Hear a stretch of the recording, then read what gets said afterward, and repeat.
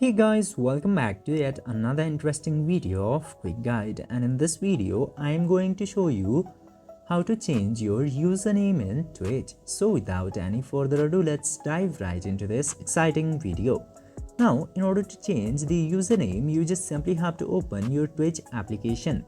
Then tap to your profile picture into the top left corner, and from there you will get to see this My Channel option. Tap into My Channel and tap to this Edit Profile button.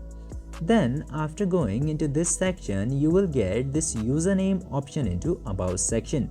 Just simply tap into username and you can change your username from this section in every 60 days. As you can see here, I have changed my username 49 days ago, so I can't change my username for now. But when this 49 days passes, then I can change my username.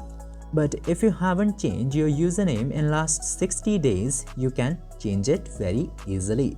I hope this video was helpful for you. If yes, don't forget to like, share and subscribe to the channel to never miss another update. Thank you for watching the video.